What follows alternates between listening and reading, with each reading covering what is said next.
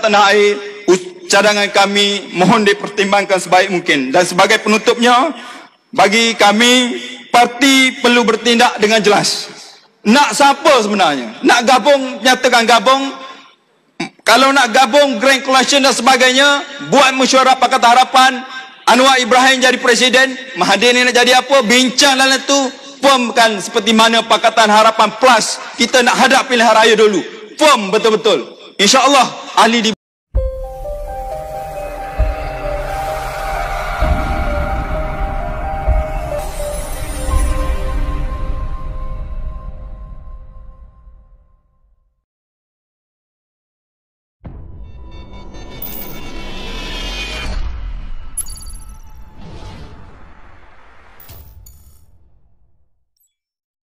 jangan lupa subscribe ha.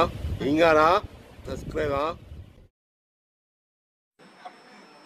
Bismillahirrahmanirrahim. Assalamualaikum warahmatullahi wabarakatuh. Saya Syam Gas, perwakilan dari Pemuda Amanah Nasional, juga daripada Rantau Panjang. Yang dihormati Tuan Speaker, Timbalan Speaker, semua staf kepimpinan yang berada di hadapan dan semua perwakilan-perwakilan yang dirahmati Allah SWT. Terima kasih kerana bagi saya ruang. Ada beberapa benda yang kita nak ucap. Pertama sekali, bukan nak bodek, kita nak ucap tahniah kepada semua pimpinan kita, terutamanya pimpinan amanah yang menjadi menteri dan timbalan menteri selama 22 bulan dan berjaya membawa dasar rahmatan lil alamin hingga diterima oleh Majlis Raya-Raya sebagai dasar kerajaan Malaysia. Bagi tepukan kepada pimpinan kita. Okey, terima kasih banyak. Yang keduanya, terus kepada ucapan dasar pidato presiden kita tadi. Beliau menyebut beberapa kali bahawa amanah ni adalah parti gerakan Islam. Parti Islam. Dan kita sebagai parti Islam yang contemporary, terutamanya di Malaysia, hanya ada dua. PAS, amanah. PAS dan amanah. Kita tak boleh lari. Dan benda ni juga berlaku di Turki, di Tunisia, di Mesir dan sebagainya.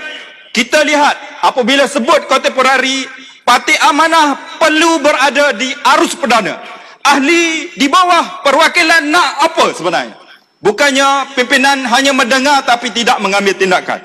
Jadi sebagai gerakan Islam kontemporari, adakah kita ingin mengikut Ikhwan Muslimin di Mesir yang kita tahu telah tumbang oleh rejim Assad? Yang kedua, adakah kita nak ikut pendekatan AKP di Turki ataupun kita nak ikut An-Nadah di Tunisia? Jadi pendekatan kita kena jelas. Kita tidak semestinya kena lembut, tidak semestinya kena tegas, tidak semestinya kena garang, tapi kita mesti ikut arus perdana. Ahli kita nak apa, perwakilan kita nak apa, insya-Allah parti amanah akan jadi parti Islam yang akan memimpin Malaysia pada masa depan, insya-Allah. Dan yang ketiganya saya nak sebut,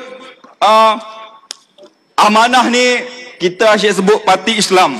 Tapi kita nilai, kita parti Islam ni kita nilai balik. Adakah kita membawa mesej yang Islam nak? Yang Islam nak, adakah kita membawa mesej itu dalam wadah perjuangan kita? Kita memilih siasah sebagai wadah dakwah kita untuk menyebarkan Islam.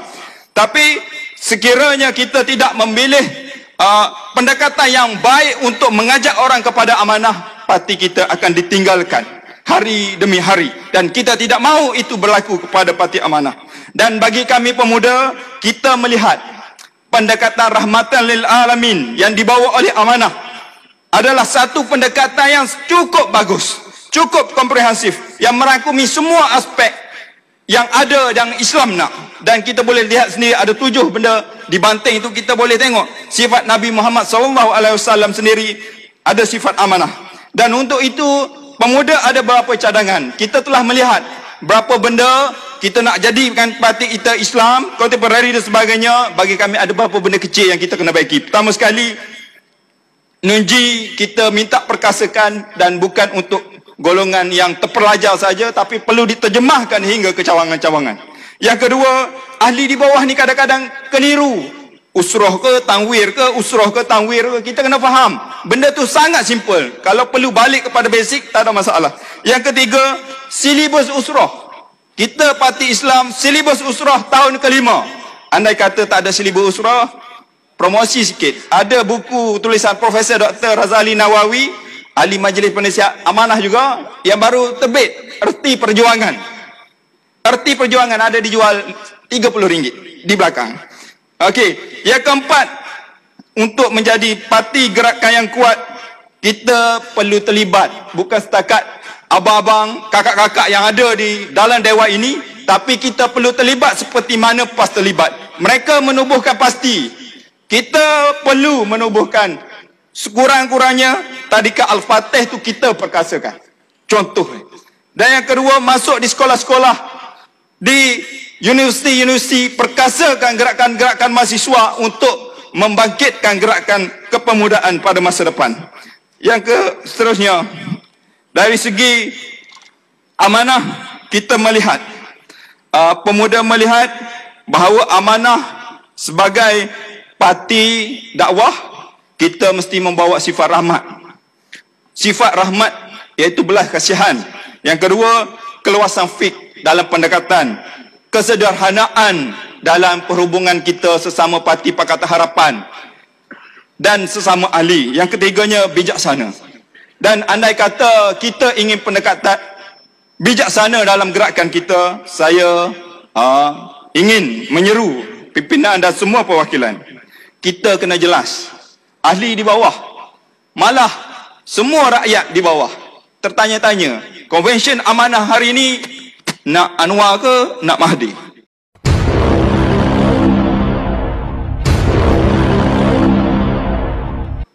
Jelas, nak Anwar ke nak Mahdi? Dia asyik tertanya, dan live hari ini pun ramai yang tertanya di komen-komen tu. Nak Mahdi ke nak Anwar? Dan kita jelas, pimpinan kita nak dua-dua. Jelas. Okey. Yang kedua, kita mesti bijaksana dalam hubungan parti-parti anggota Pakatan Harapan. Jangan ada sebaiknya caci maki, pecah belah, kata mengata dan sebagainya. Marilah kita bergabung, kita perbaiki dan kita bina balik Pakatan Harapan supaya lebih kokoh sebelum kita membina satu pasukan baru yang dinamakan Grand Coalition.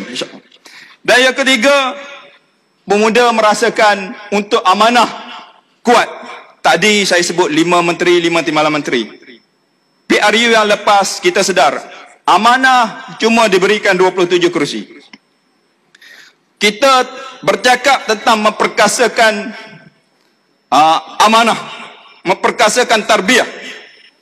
Apabila kita memasuk dalam sektor, dalam bidang siasah, tidak lari dan tidak bukang, dia mesti bercakap tentang soal kerusi. Untuk itu kami ingin mencadangkan, semoga diterimalah, amanah sekurang-kurangnya pada PRU akan datang, menetapkan pada konvensyen kali ini 50 kerusi parlimen minima. Kalau boleh semua setuju, insya-Allah. Dan untuk itu, dengan kita lihat bahawa bersatu PKR telah lompat parti. Jadi di situ kita boleh lihat terdapat lebih kurang 52 kerusi kosong. Sebelum adakan Grand Coalition dan sebagainya, saya minta jasa baik pimpinan kita bedak-bedak kerusi 52 kerusi itu nak bagi kepada siapa 3 parti ni. Sebelum terima parti baru, biar jelas. Parti baru tu jangan seperti mana kita lihat bersatu pada pilihan raya lepas, tubuh baru tubuh dapat 52 kerusi. Amanah dapat cuma 27 kerusi. Dan apabila berlaku pilihan raya, apabila membentuk kerajaan, you hanya 11 ahli parlimen. Kami ada 13. Kenapa 13? Sebab dia dapat 52, kita dapat 57. Jadi di situ kita kena jelas. Amanah kena minta lebih kerusi untuk PRU akan datang. Okey, akhir kata speaker dah bagi, timbalan speaker dah bagi tahu. Untuk tu kami merasakan andai kata kita dapat lebihan kerusi parlimen pada PRU akan datang, untuk makluman 165 kerusi di Semenanjung, kalau bahagi 3 dapat 55 kerusi. Andai kata amanah ini ingin menjadi gerakan kontemporari seperti mana parti politik luar negara di negara-negara maju, mereka menengahkan muka-muka baru. Mereka menengahkan muka-muka baru, mereka menengahkan orang-orang muda sebagai pelapis kepimpinan parti yang mampu untuk memimpin parti, yang ada kredibiliti untuk membawa perjuangan ke aras pesada yang boleh membawa parti terus ke depan untuk memerintah negara. Kita asyik menyebut DAP ada Anthony Luke, DAP ada Hanayo, DAP ada Yobi Yin, bersatu ada Said Sadiq dulu, sekarang ni muda. PKR ada Nurul Izzah, Akmal, Rafizi dan sebagainya.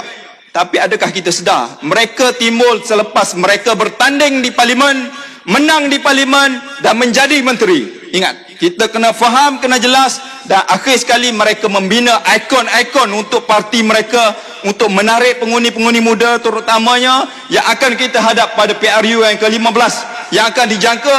Kalau ikut jangkaan Julai 2021, pengundi muda akan dimasukkan secara automatik. Apabila pengundi muda yang 18 tahun ni masuk secara automatik dalam sistem pilihan raya di Malaysia, kita boleh tengok kebanjiran pengundi muda.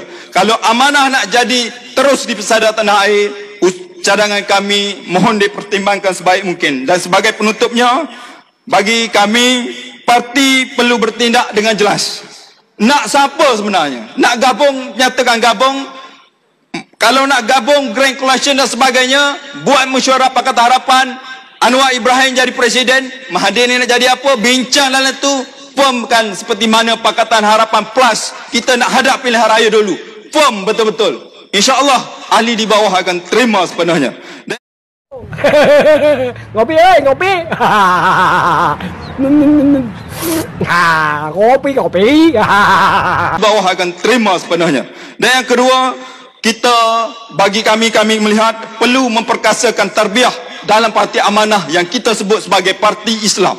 Perlu perkasakan sebetul-betulnya, bukan setakat di convention, tapi tidak praktikkan di masa pemilihan parti yang berlaku pada tahun lepas. Hingga kini kita boleh melihat keretakan yang ketara. Dan semoga convention ini menjadi ada titik untuk kita temukan dan titik untuk kita sembuhkan balik. Dan yang ketiga, kita kena tengok pemberat parti kita ni.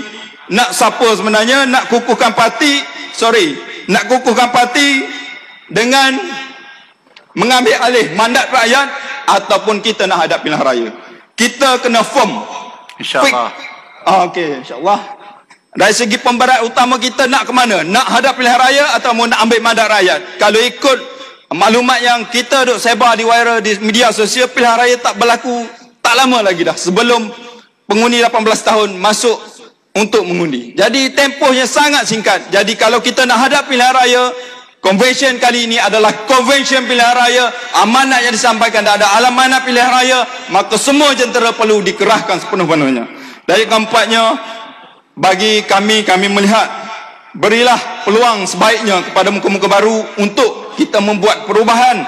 Perubahan bukan saja untuk parti amanah, tapi untuk parti-parti politik di Malaysia, biar amanah menjadi model untuk membuat perubahan dan tidak kita terikut-ikut seperti mana parti bekas kita dulu yang Syekh membantu mengetengahkan warga-warga emas menjadi bakal-bakal dan sebagainya. Okey.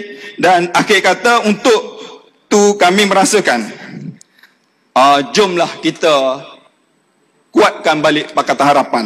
Dengan kuatkan balik Pakatan Harapan, kita ada 91 kerusi parlimen yang cukup kuat, dan campur lagi dengan rakan-rakan parti politik lain, kita ada 108 kerusi parlimen cukup kuat. Satukan, kuatkan dan bina momentum balik. Andai kata kita dapat rampas balik mandat rakyat, ambil balik mandat yang telah diberikan kepada kita hari itu, maka kita ambillah segera yang mungkin sebelum pilihan raya umum yang akan berlaku tidak lama lagi. Dan sebagai akhir kata, untuk tu Abang Mat, Presiden kita ada sebut reform dalam kenyataan dia. Andai kata kita dapat kerajaan semula, kita mohon sebaik-baiknya pimpinan kita membuat reformasi, reform besar-besaran dalam semua agensi, semua kementerian dan semua pentadbiran di Malaysia, untuk menjadikan Malaysia ni negara maju dan tidak ketinggalan oleh Vietnam yang dijangka akan meninggalkan kita pada 2023 tidak lama lagi. Mantap. Itu saja daripada saya. Terima kasih banyak kepada semua. Semoga convention kali ini kita dapat manfaat dan dapat membuat satu hal yang tuju jelas untuk membawa parti amanah terus kuat di persada tanah air. Sekian, terima kasih. Assalamualaikum warahmatullahi wabarakatuh. Jangan lupa subscribe Ingat subscribe